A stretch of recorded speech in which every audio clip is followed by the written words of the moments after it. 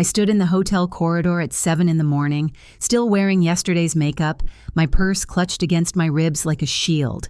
Through the door of room 314, I could hear my son's voice, calm, businesslike. Nothing like the boy who used to fall asleep holding my hand. He was asking his new wife where I'd put the property papers. My property papers. The ones to the house I'd spent 23 years paying off. The house where I'd rocked him through colic and taught him to ride a bike in the driveway. I pressed my palm flat against the wallpaper, steadying myself. And for the first time in my life, I understood what people meant when they said the ground can disappear beneath you, even when you're standing still. My name is Rosa Delgado, and I need to tell you this story because I spent most of my life believing that if you loved your children hard enough, sacrificed deeply enough, gave everything you had without asking for anything in return, they would remember. They would see you. They would honor the weight of what you carried for them. I was wrong. Or maybe I was right. But I raised a son who learned a different lesson, one I never meant to teach. I'm 62 now, a retired public school teacher from a small city in Central California, where the summer heat makes the asphalt shimmer and everyone knows your name at the grocery store. I taught third grade for 31 years, the kind of job where you buy pencils with your own money and learn every child's story, because that's the only way they'll trust you enough to learn to read. I wasn't wealthy. I wasn't important. But I owned my home outright, a modest 3-bedroom ranch with a lemon tree in the backyard and a mortgage I'd paid off 2 years early by tutoring on weekends and summers. That house was my proof that I'd done something right, that I'd built something stable for my son, Marco, after his father walked out when Marco was barely 3 years old. Marco's father, Luis, left on a Tuesday morning in March. I remember because I was folding laundry and Marco was playing with wooden blocks on the living room floor, stacking them into towers and knocking them down, laughing every time they fell. Luis came into the room with a duffel bag and said he couldn't do this anymore, that he felt trapped, that he needed to figure out who he was. He didn't ask about Marco. He didn't leave a forwarding address. He sent 2 child support checks in the first 6 months, then nothing. I stopped expecting anything from him and started expecting everything from myself. I raised Marco alone. I was 26, terrified, working full-time and taking night classes to finish my teaching credential, because substitute teaching didn't pay enough to cover rent and daycare. My mother helped when she could, watching Marco on evenings when I had classes. But she was caring for my father, who had early-onset dementia, so her hands were already full. I learned to cook in bulk, to mend clothes instead of replacing them, to say no to myself so I could say yes to Marco. I wanted him to have what I didn't: stability, opportunity, a mother who was present and proud. I wanted him to know that even though his father left, he was not unwanted. He was everything. Marco was a sweet child, the kind of boy who brought me dandelions from the yard and called them flowers, who cried when he accidentally stepped on a snail, who asked every night at bedtime if I was happy. I told him yes, always yes, even on the nights when I sat at the kitchen table after he fell asleep, staring at bills I wasn't sure I could pay, wondering if I was doing enough. He was bright, curious, affectionate. He did well in school, made friends easily, played soccer in the park league every Saturday. I went to every game, sat on a folding chair with the other parents, cheered until my voice went hoarse. I took photos of every milestone: first day of kindergarten, first lost tooth, first science fair project. I kept them all in albums I told myself we'd look through together when he was older, when he could appreciate how far we'd come. As Marco grew, I noticed small shifts. Around middle school, he started asking why we didn't have things other kids had: a bigger house, a new car, vacations to Disneyland or the beach. I explained that we were comfortable, that we had everything we needed, that money couldn't buy the things that mattered most. He'd nod, but I saw something in his eyes, a flicker of dissatisfaction, a hunger I didn't fully understand. I told myself it was normal, that all kids compared themselves to their peers, that he'd grow out of it. I kept working, kept saving, kept making sure he had opportunities. I paid for soccer camp, for tutoring when he struggled with algebra, for a used car when he turned 16, so he could get to his part-time job at the grocery store. I never asked him to contribute to household expenses. I wanted him to save his money, to have choices I didn't have at his age. He went to community college first, then transferred to a state university 2 hours away. I was so proud. I helped him move into his dorm, bought him sheets and a mini fridge, slipped $200 into his wallet when he wasn't looking. He called every Sunday for the first few months, then every other week, then once a month. I told myself he was busy, that this was normal, that independence was what I'd raised him for. I visited when I could, brought him homemade tamales and arroz con pollo, sat in the campus coffee shop and listened to him talk about his classes, his friends, his plans. He was studying business, wanted to work in finance or marketing, something that sounded impressive and far away from the life I'd lived. I encouraged him. I wanted him to dream bigger than I had. He graduated with honors. I took the day off work, drove 2 hours, sat in the bleachers with my mother, and cried when his name was called. Afterward, we took photos by the fountain, and he hugged me and said, "I couldn't have done this without you, Ma." I held on to those words. I replayed them in my mind on the nights when I felt invisible, when I wondered if I'd become someone he only called when he needed something.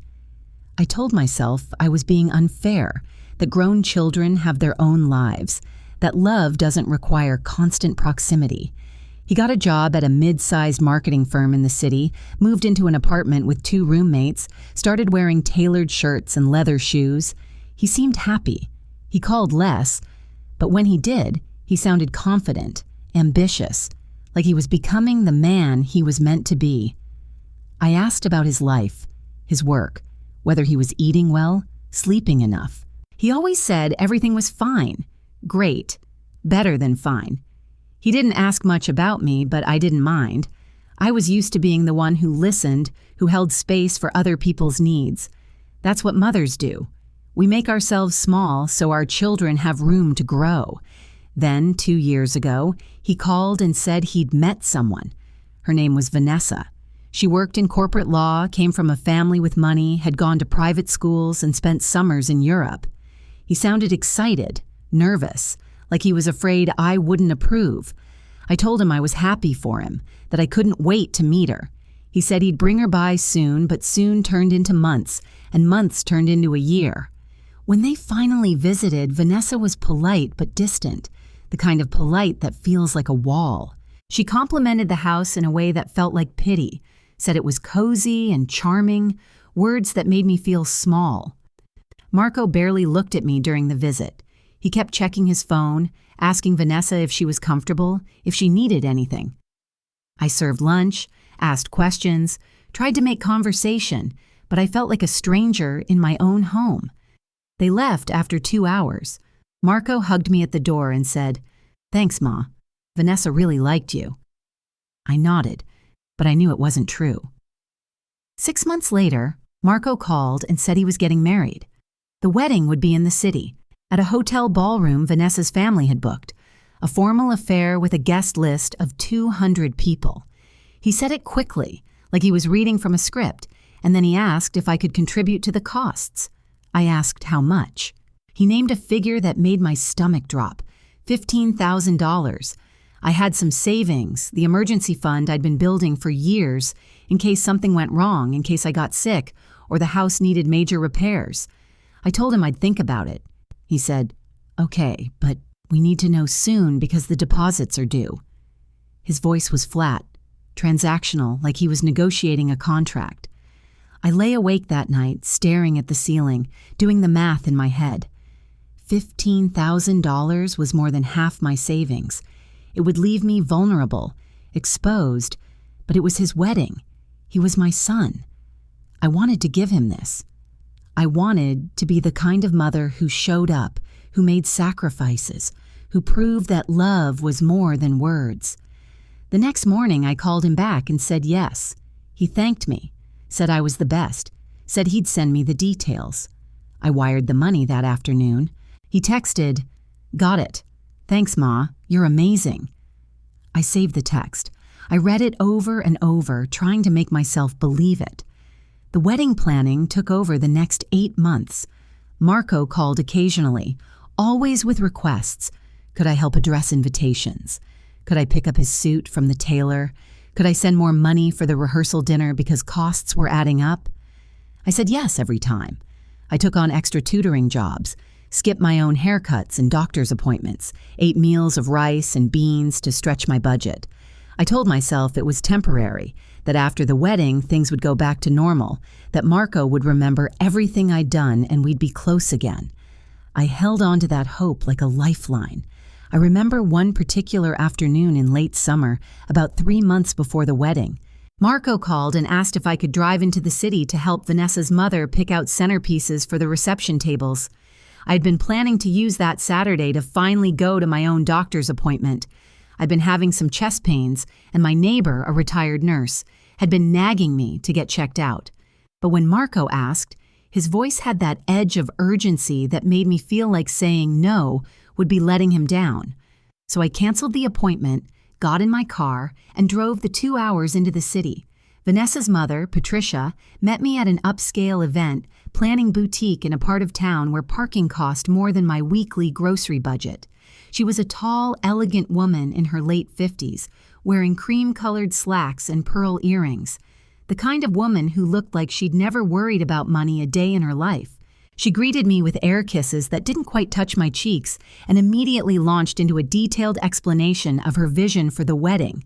White roses, gold accents, crystal candle holders, everything elegant and refined.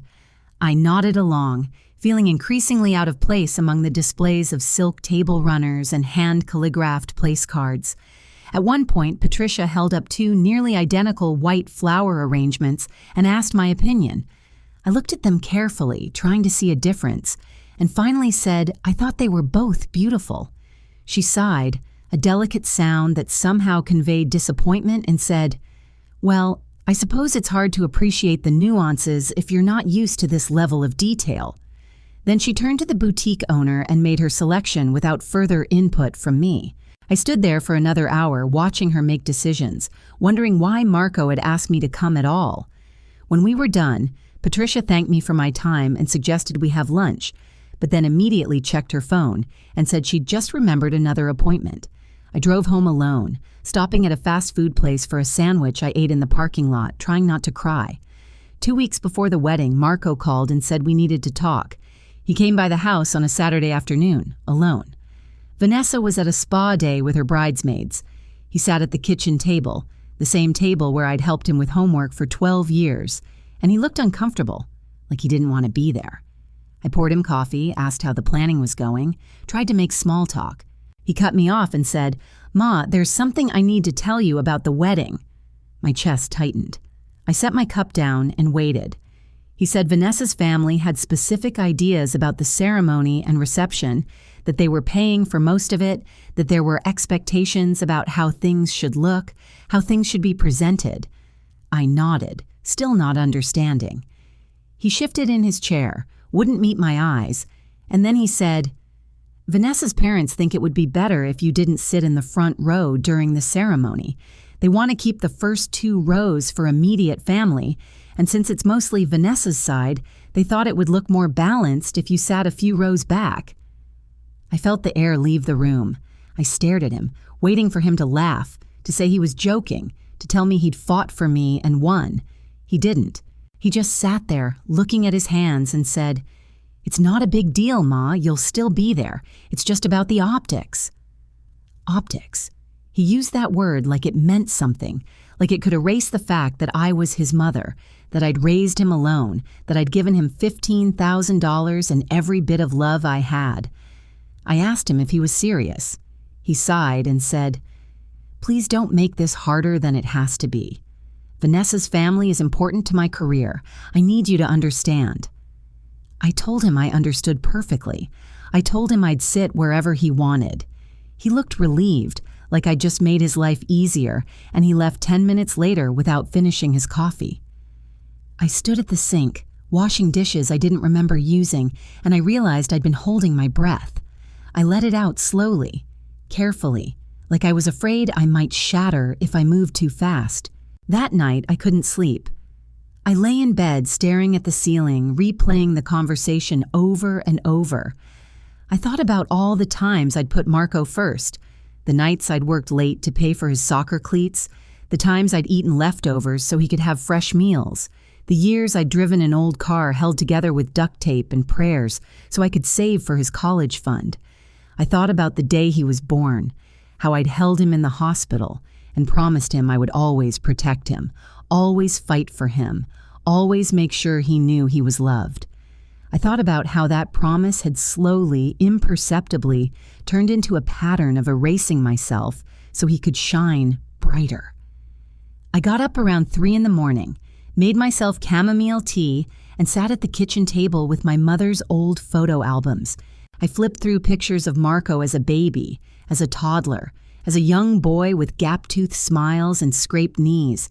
In every photo, I was there, holding him, standing behind him, watching him with a look of such fierce love, it hurt to see it now.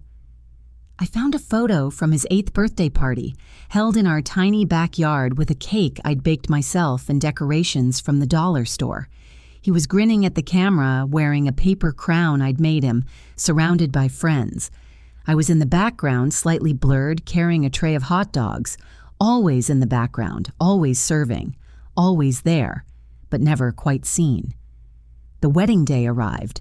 I woke up at 5 a.m, too anxious to sleep. I took a long shower, dried my hair carefully, applied makeup with a shaking hand.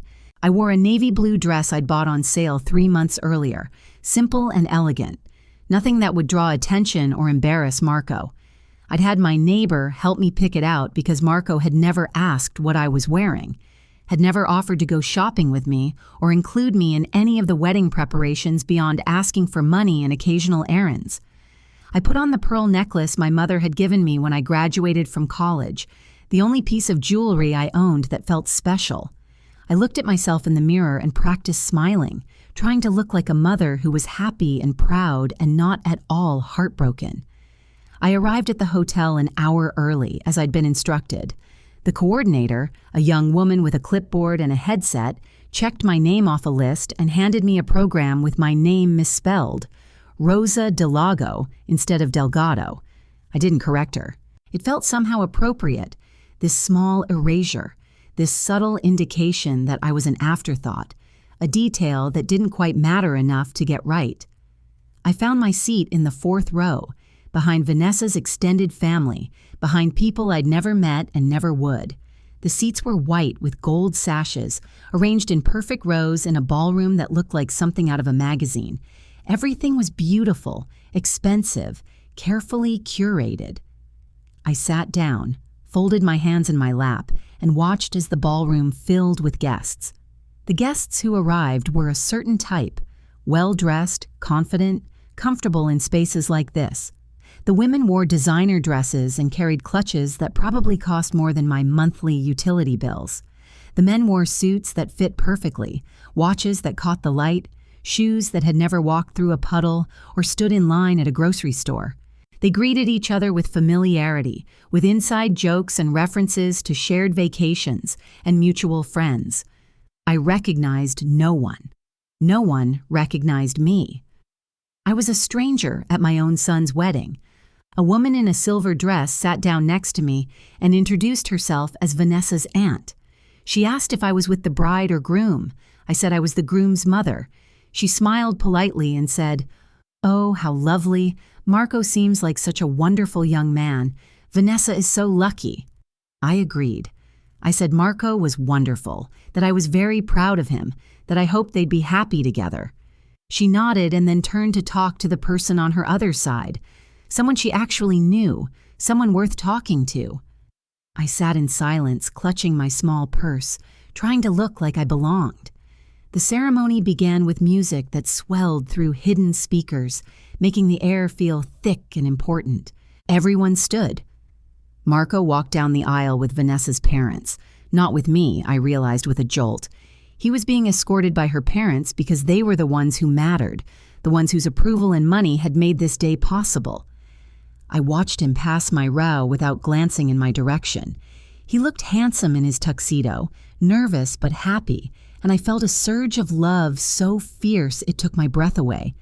That was my son, my baby, the boy I'd raised alone, and I was sitting in the fourth row like a distant relative, like someone who donated to the cause but wasn't part of the family. Vanessa walked down the aisle in a gown that shimmered under the chandeliers, and everyone stood and gasped. I stood too, but I felt like I was watching from outside my own body, like I was a ghost in the back of someone else's life. The officiant spoke about love and commitment and the joining of two families, and I thought about how no one had mentioned the joining of Marco and me, how his family was apparently just Vanessa now, how I had somehow become peripheral to the story of his life. The vows were beautiful, promises about partnership and respect and choosing each other every day. I wondered if Marco would choose me, had ever chosen me, or if I'd always just been there, like furniture, expected and ignored. After the ceremony, there was a cocktail hour in an adjacent room with floor-to-ceiling windows overlooking the city. Waiters circulated with trays of champagne and hors d'oeuvres I couldn't pronounce. I took a glass of champagne I didn't want and stood near the windows trying to look occupied. Groups formed and reformed around me, conversations flowing about work and travel and people I didn't know. I waited for Marco to find me, to introduce me to his friends, to acknowledge that I was there. I saw him across the room, surrounded by Vanessa's family, laughing at something Vanessa's father was saying. He looked happy. He looked like he fit perfectly into this world of money and ease and expectation. He didn't look in my direction. I considered approaching him, but something held me back. Pride, maybe, or the bone-deep understanding that I would be interrupting something I wasn't invited to. So I stood by the window and watched the city below, the cars moving along streets, the people walking on sidewalks, everyone going somewhere, everyone part of something. I felt invisible, and I realized this wasn't a new feeling. I'd felt invisible for years, in small ways I'd learned to ignore. Marco forgetting to call on my birthday, Marco canceling visits because something came up with work, Marco talking to me less and asking for things more. I told myself it was normal, that adult children get busy, that I was being too sensitive. But standing there in that beautiful room, holding a glass of champagne I couldn't taste, I finally admitted to myself that I'd been making excuses for someone who'd stopped seeing me as a person and started seeing me as a resource. A waiter approached and asked if I wanted anything from the bar. I asked for water. He returned with a crystal glass filled with ice water and a lemon slice, and I thanked him more warmly than the moment required because he was the first person all day who'd spoken to me like I mattered.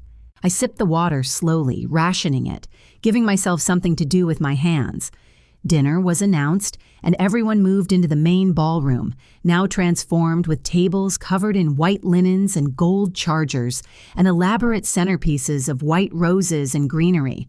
I found my assigned seat at table 14, near the back of the room, far from the head table where Marco and Vanessa sat with their wedding party. I was seated with people I didn't know. Vanessa's distant cousins, I learned, people who'd flown in from the East Coast and were staying at the hotel. They introduced themselves politely, asked where I was from, what I did. When I said I was a retired teacher, one of them said, "Oh, that's nice. Teaching is such important work," in a tone that suggested it was important in the way recycling is important. Good for society, but not particularly impressive. The meal was served in courses: salad, soup, a choice of chicken or fish, all beautifully plated and mostly tasteless to me because I was too nervous to eat. I pushed food around my plate, took small bites, pretended to be engaged in the conversation happening around me. The cousins talked about their jobs in finance and consulting, about their children in private schools, about their summer homes and upcoming vacations. I had nothing to contribute. My life was small by their standards. A paid-off house in a town they'd never heard of, a pension that covered my bills and not much else, hobbies that included gardening and reading and tutoring kids for free at the community center. I felt the gap between us wide and unbridgeable, and I understood why Marco had seated me here, far away from him, with people who wouldn't ask questions about his background or his mother's life. The speeches began after dinner. Vanessa's father stood, microphone in hand, and spoke about his daughter with pride and affection. He talked about her accomplishments, her academic achievements, her career success, her intelligence and determination. He welcomed Marco into their family with warmth, made a joke about how Marco would have to get used to their family's loud dinners and competitive game nights. Everyone laughed. He raised his glass in a toast, and everyone drank, and I felt a tightness in my chest because no one had mentioned me. No one had acknowledged that Marco had a family before Vanessa, that he'd come from somewhere, that someone had raised him and loved him and given him the foundation that allowed him to become the man Vanessa's father was now welcoming into their successful, accomplished family. Vanessa's maid of honor spoke next, telling funny stories about their college years, their friendship, the moment Vanessa called her and said she'd met someone special. The best man, one of Marco's college friends, told stories about Marco's competitive streak in intramural basketball, his determination to ace every exam, his ability to charm professors and network with alumni. He painted a picture of Marco as ambitious, driven, strategic, qualities I recognized but had never seen turned on me until now. The speeches went on, one after another, and no one said the word mother. No one acknowledged that Marco had been raised by a single mother who'd worked 2 jobs and sacrificed everything. I was being erased from his story in real time, and everyone in the room was complicit in the erasure. Finally, Marco stood to give his speech. He thanked Vanessa's family for their generosity, for the beautiful wedding, for welcoming him so warmly. He thanked his friends for their support. He thanked Vanessa for choosing him, for believing in him, for being his partner. He talked about their future together, the life they'd build, the dreams they'd chase. And then, at the very end, almost as an afterthought, he said, "And I want to thank my mother, who's here today. Thanks for everything, Ma." That was it. 4 words. Thanks for everything. 26 years of single parenthood, of sacrifice and love and exhaustion, reduced to 4 words delivered without eye contact, without specifics, without any acknowledgement of what everything actually meant. I felt something inside me crack, not break. I'd already broken quietly in small ways over the course of months. This was different. This was the moment I realized the breaking was complete, that there was no going back, that the relationship I'd thought I had with my son was a fiction I'd been writing by myself. I looked at him standing there at the head table, handsome and confident and surrounded by people who mattered to him, and I realized I was not one of those people. I was an obligation, a line item, a box to check. After the speeches, the dancing started. Marco and Vanessa had their first dance to a song I didn't recognize, spinning across the floor while everyone watched and smiled and took photos. Then Vanessa danced with her father, and I watched them, watched the way he held her, the way she rested her head on his shoulder, the way they moved together with the ease of people who knew each other deeply, who had history and inside jokes and years of shared moments. I thought about how Marco and I would never have that. We'd never had a father-son dance, obviously, but we also wouldn't have a mother-son dance at his wedding because it hadn't been mentioned, hadn't been planned, hadn't been important enough to include. The coordinator announced that the dance floor was open and guests flooded the space, laughing and moving to music that was too loud for conversation. I stayed at my table, watching, feeling older than I'd ever felt. A few songs in, I saw Marco dancing with Vanessa's mother, both of them laughing, and I felt a stab of jealousy so sharp it made me dizzy. I stood up, suddenly desperate to leave, to get out of this room where I didn't belong, where every moment reminded me of what I'd lost. I grabbed my purse and walked quickly toward the exit, keeping my head down, hoping no one would notice or stop me. I made it to the hallway, found the elevator, pressed the button for the lobby. The hotel was enormous, elegant, expensive, the kind of place Marco had chosen because it impressed people, because it said something about who he'd become. I walked through the lobby toward the parking garage, my heels clicking on marble floors, and I thought about all the times I'd imagined this day. In my imagination, Marco had always included me. He'd always made me feel important, valued, loved. He'd always introduced me to his friends and his new family with pride, had always made sure I knew I mattered. The gap between my imagination and reality felt unbearable. I sat in my car for a long time before I could bring myself to start the engine. I cried, finally, the kind of crying that comes from somewhere deep and old and painful. I cried for the years I'd spent believing that sacrifice equaled love, that giving everything meant getting something back. I cried for the version of Marco I'd raised, the sweet boy who'd asked if I was happy, who'd brought me dandelions, who'd held my hand. I cried for myself, for the woman who'd worked so hard and given so much and still ended up sitting alone in a parking garage, wondering how she'd become so invisible to her own child. Eventually, I drove home. It took 2 hours, and I drove in complete silence. No music, no audiobook, just the hum of the engine and my own thoughts. I kept replaying moments from the day, the 4th row seat, the misspelled name, the 4-word acknowledgement, the way Marco had never once looked for me, had never once checked to see if I was okay. I thought about the $15,000 I'd given him, money I'd needed, money I'd saved for emergencies. I thought about all the ways I'd said yes when I should have said no, all the times I'd put his comfort above my own needs, all the years I'd spent teaching him that I was disposable. I got home close to midnight. The house was dark and quiet. I unlocked the door, turned on the lights, and stood in my living room, in my house, the house I'd paid for with my own money, with years of work and discipline and sacrifice. I looked around at the furniture I'd chosen, the photos on the walls, the life I'd built. It wasn't much by the standards of the people at that wedding, but it was mine. I'd earned it.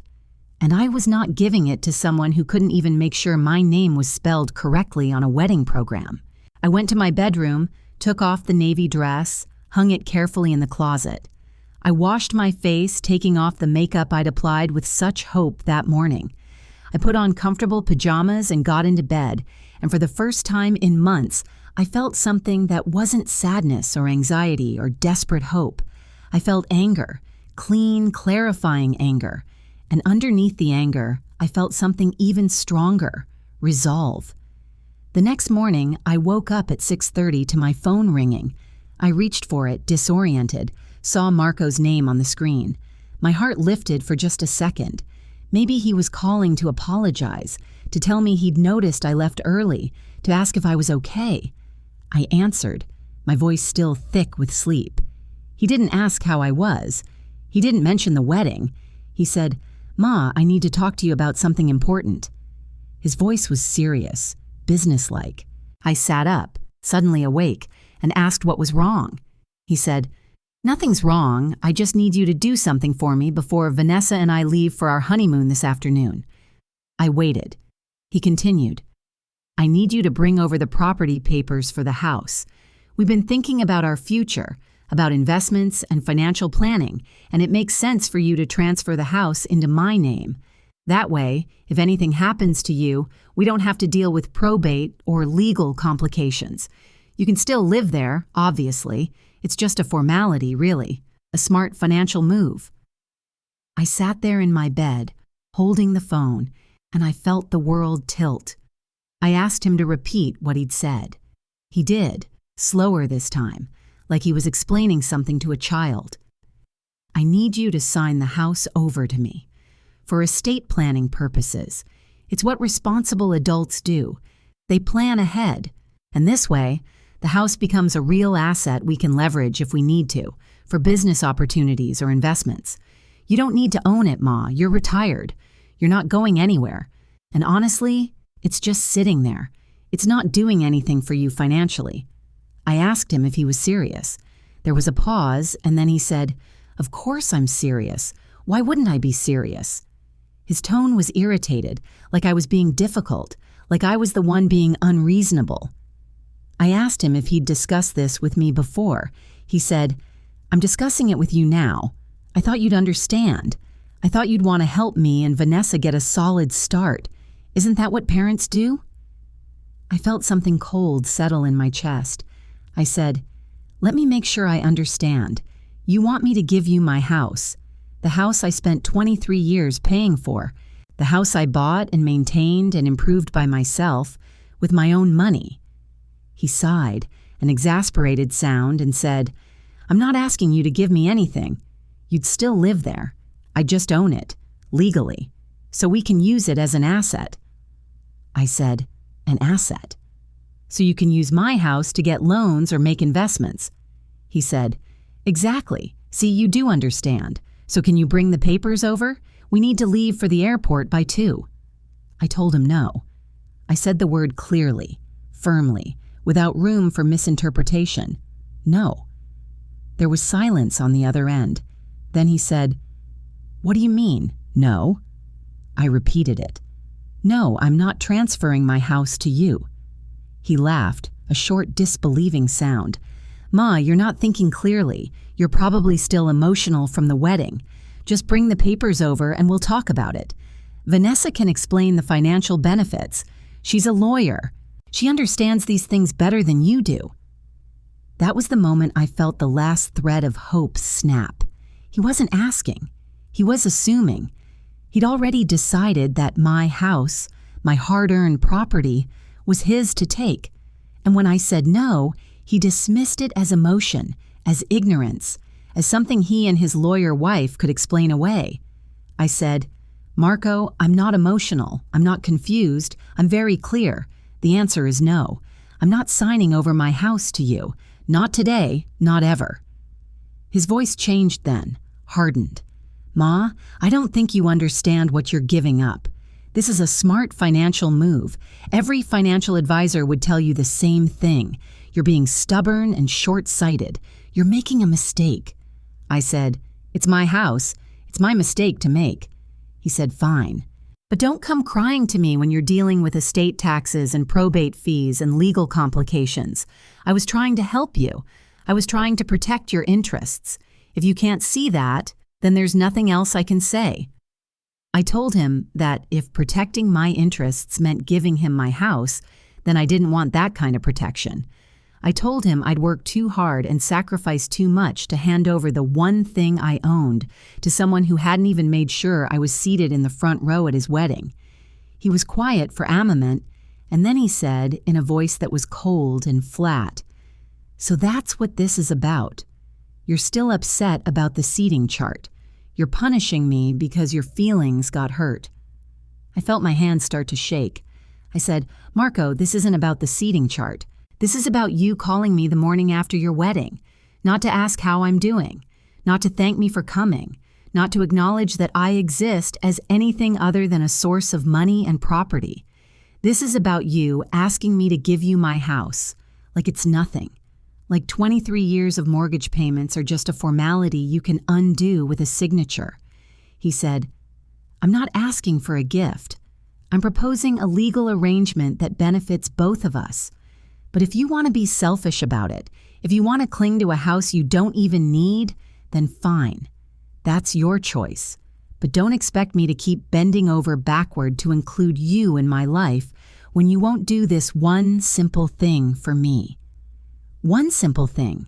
He called it one simple thing. I wanted to scream. I wanted to cry.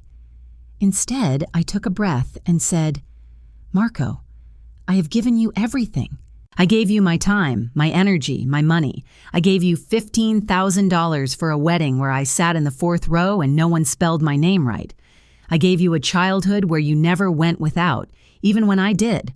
I gave you every opportunity I could afford, and some I couldn't. And now you're telling me that if I don't give you my house, you won't include me in your life. Do you hear yourself? Do you hear what you're saying?" He was quiet. Then he said, "I hear you being dramatic and making this about you when it's supposed to be about my future with Vanessa. I let you come to my wedding. I thanked you in my speech.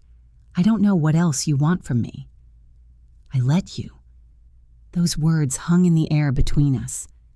I let you come to my wedding, like it was a favor, like I was a guest he'd generously allowed to attend, not the mother who'd raised him alone for 26 years.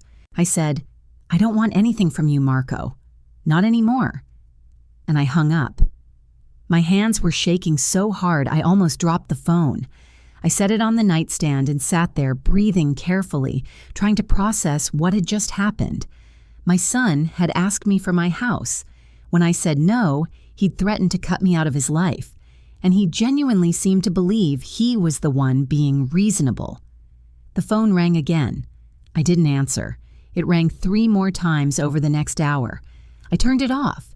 I got up, made coffee, and sat at my kitchen table, the same table where I'd done so much of my life, helped Marco with homework, paid bills, ate lonely dinners, planned budgets. I thought about what I wanted to do next. I thought about calling Marco back, trying to explain again, trying to make him understand. But I knew it wouldn't work. He didn't want to understand. He wanted what he wanted, and he couldn't see past that. Around noon, my phone, now turned back on, buzzed with a text message. It was from Vanessa. "Rosa, Marco told me about your conversation this morning. I think there's been a misunderstanding. We're not trying to take your house away from you. We're trying to help you with estate planning. This is a common arrangement in families with assets. Please don't let emotion cloud your judgment. We can discuss this rationally when we get back from our honeymoon. In the meantime, please consider what's best for everyone involved." I read the message 3 times. The tone was professional, detached, like she was negotiating a business deal. Please don't let emotion cloud your judgment. Like my attachment to my own home was irrational. Like my decades of work and sacrifice were irrelevant compared to their financial plans. I didn't respond. I deleted the message and blocked her number. Over the next few days, Marco called and texted repeatedly. His messages were a mix of anger, manipulation, and occasional attempts at guilt. "Ma, I can't believe you're being this way. Vanessa's parents think you're being unreasonable. I'm trying to build a life here, and you're making it harder. After everything I've done for you, this is how you repay me?" That last one almost made me laugh. After everything I've done for you, I couldn't think of a single thing he'd done for me, not in years. Every interaction had been me giving and him taking, me accommodating and him demanding. I didn't respond to any of his messages. I needed space to think, to figure out what I wanted, to understand how I'd gotten here. I called my lawyer, Mrs. Chen, a patient woman in her 60s who'd helped me refinance my mortgage years ago. I explained the situation, Marco's request, his pressure, his implied threats. She listened without interrupting, and when I finished, she said, "Rosa, you don't owe your son your house. You don't owe him access to your assets. You don't owe him anything beyond what you've already given, which sounds like more than enough. If he continues to pressure you, we can send a cease and desist letter. If he tries to challenge your ownership or claim he has rights to the property, we'll shut that down immediately. But let me be very clear. Legally, he has no claim to your house. It's yours. You bought it, you paid for it, and you can do whatever you want with it." Her words were like a lifeline. I thanked her and asked what I should do next. She said, "Document everything. Save all his messages. Keep records of any financial contributions you've made to him, and set boundaries. You have a right to say no. You have a right to protect yourself, even from your own child." After we hung up, I sat in my living room and cried, not from sadness this time, but from relief.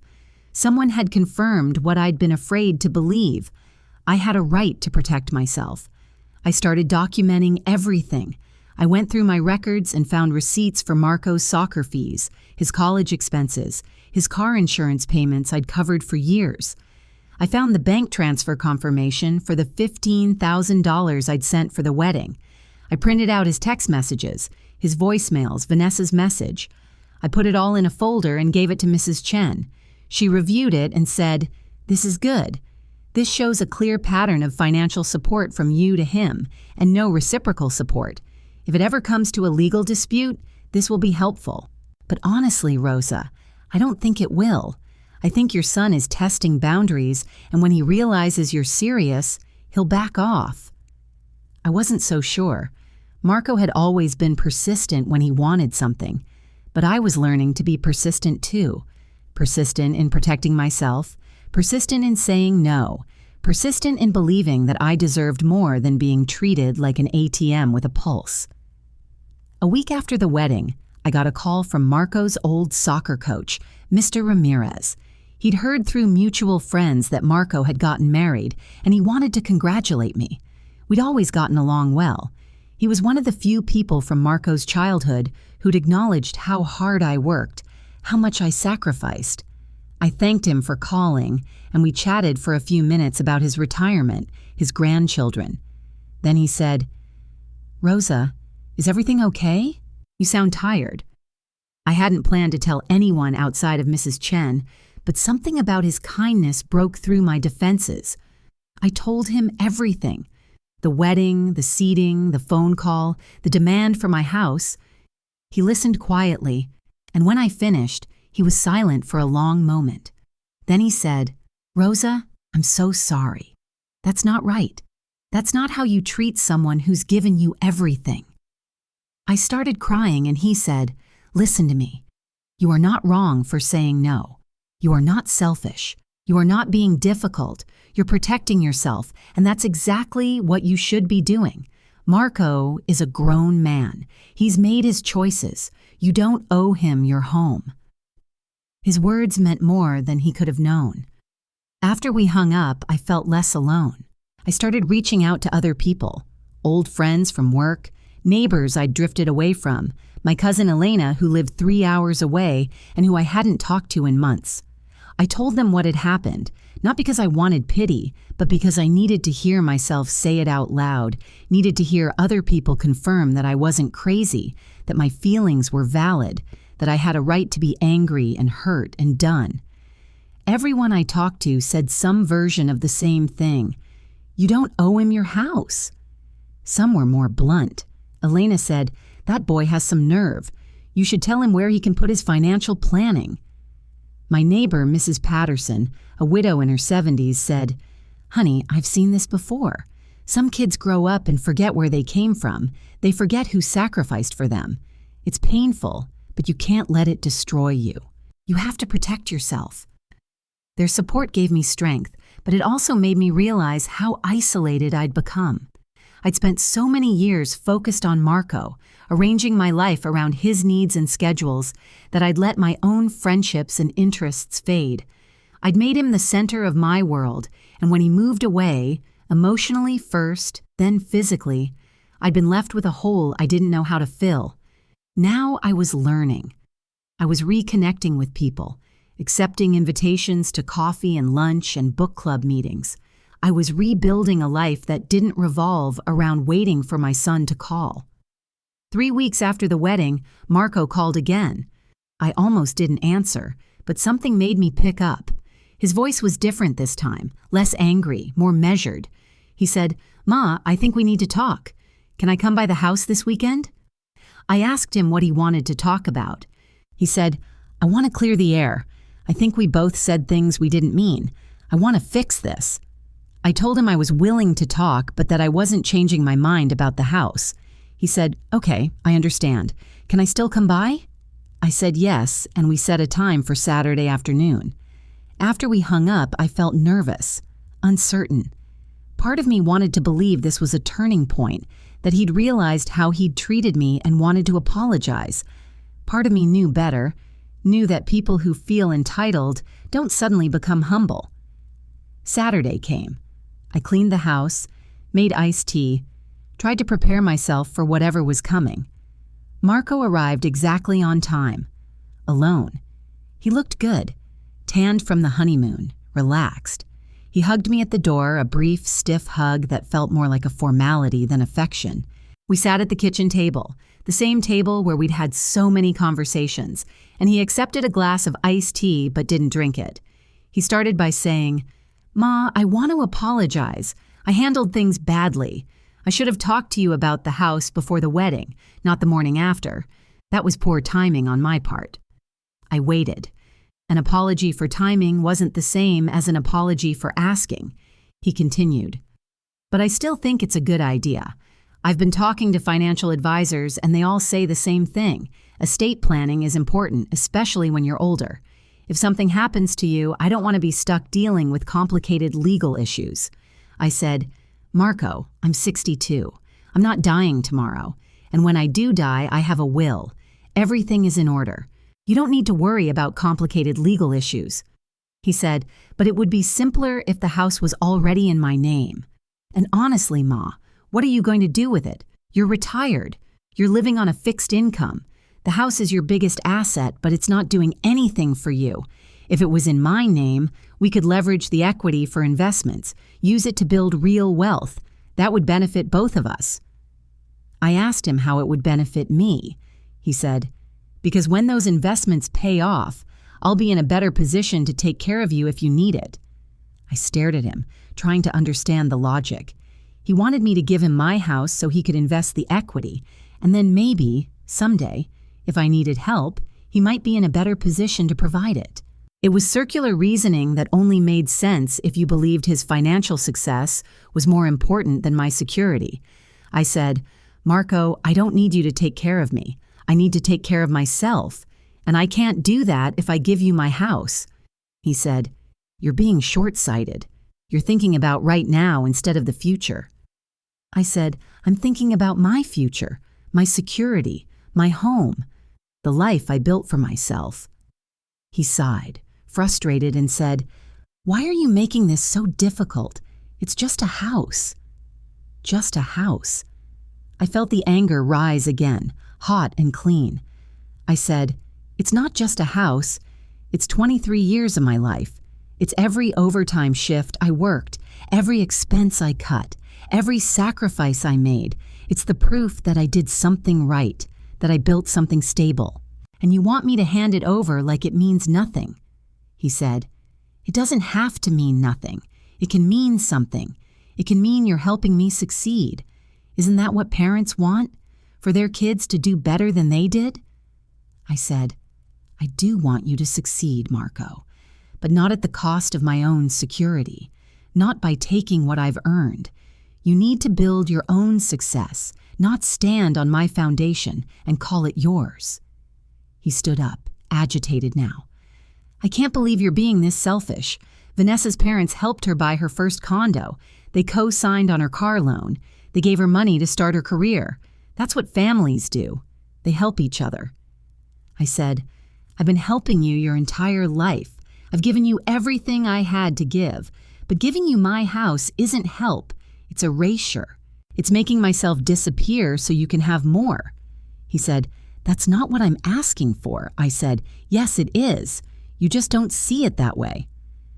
We stared at each other across the kitchen table, and I saw something in his eyes I'd never seen before.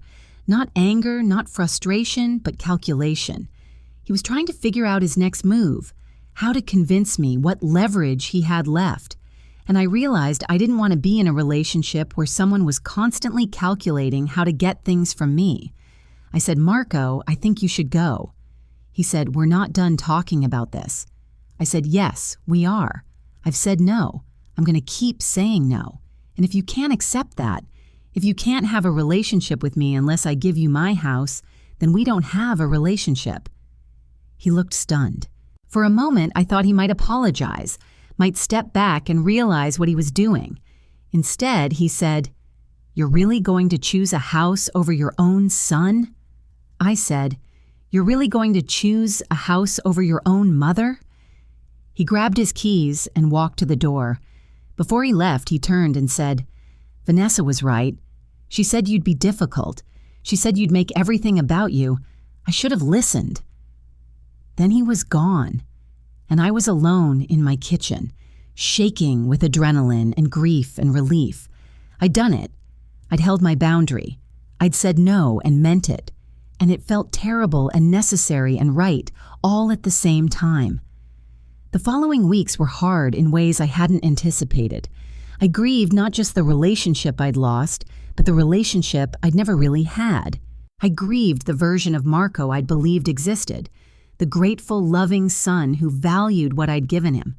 I grieved the future I'd imagined, holidays together, grandchildren someday, a closeness that deepened with time.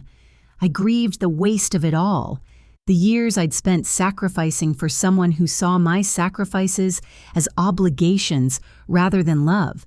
But I also felt lighter. I wasn't waiting for phone calls that never came or making excuses for behavior that hurt me. I wasn't giving pieces of myself away and hoping someone would notice. I was learning to live for myself, to value my own comfort and happiness, to say yes to things that brought me joy and no to things that drained me.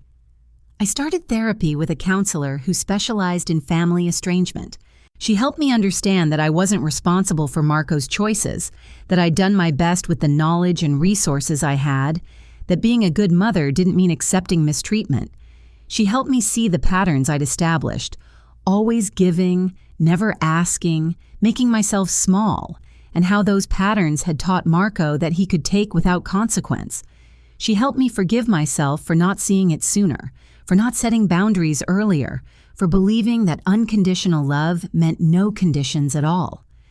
I joined a support group for parents estranged from their adult children. I met other mothers and fathers who'd been cut off, pushed away, used and discarded. Their stories were different from mine in the details, but achingly similar in the themes: entitlement, unmet expectations, the painful realization that love alone couldn't bridge the gap between who they'd raised and who their children had become. We shared our grief and our anger and our small victories, like getting through a holiday without crying or learning to say, "I'm not available," without guilt. 4 months after the wedding, I got a text from Marco. It said, "Vanessa and I are separating. She moved out last week. I've been doing a lot of thinking. Can we talk?" I stared at the message for a long time. Part of me wanted to call him immediately, to comfort him, to be the mother who fixed things. But I'd learned enough to know that wanting to help wasn't the same as needing to help, that his pain didn't obligate me to rescue him. I waited 2 days, and then I responded, "I'm sorry to hear that. I hope you're taking care of yourself. I'm willing to talk, but I need you to understand that I'm not going to discuss the house or give you money or solve your problems for you. If you want a relationship with me, it needs to be a real relationship, not a transactional one. Let me know if that's something you're interested in." He didn't respond for a week. Then he called, and we had the longest, most honest conversation we'd had in years. He told me about the separation, how Vanessa had said he was too focused on money and status, too willing to use people, too much like his father-in-law. He said it had hurt to hear, but that it had also made him think about the way he'd been treating people, including me. He said, "Ma, I think I messed up. I think I've been messing up for a long time." I listened. I didn't jump in to reassure him or make it easier. I let him sit with his discomfort, and when he finished, I said, "Marco, I appreciate you acknowledging that, but acknowledging isn't the same as changing. If you want to rebuild our relationship, you're going to have to show me over time that you've learned something. You're going to have to treat me with respect, not because I'm useful to you, but because I'm your mother and I deserve it." He said, "I understand. Can I start by saying I'm sorry? I'm sorry for the wedding. I'm sorry for asking for the house. I'm sorry for making you feel like you didn't matter. You do matter, Ma. I just lost sight of that." I thanked him for the apology. I told him it meant something, but that it wasn't enough by itself. I told him I needed to see consistent change, consistent respect, consistent effort. He said he'd try. We agreed to talk once a week just to check in, with no expectations beyond basic connection. It wasn't much, but it was a start. Over the months that followed, Marco did try. He called every week, asked about my life, listened when I talked. He didn't ask for money. He didn't mention the house. He told me about his therapy, the things he was learning about himself, the ways he was trying to change.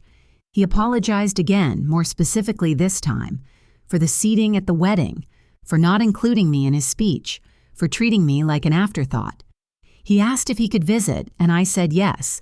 And when he came, he brought groceries and cooked dinner for me.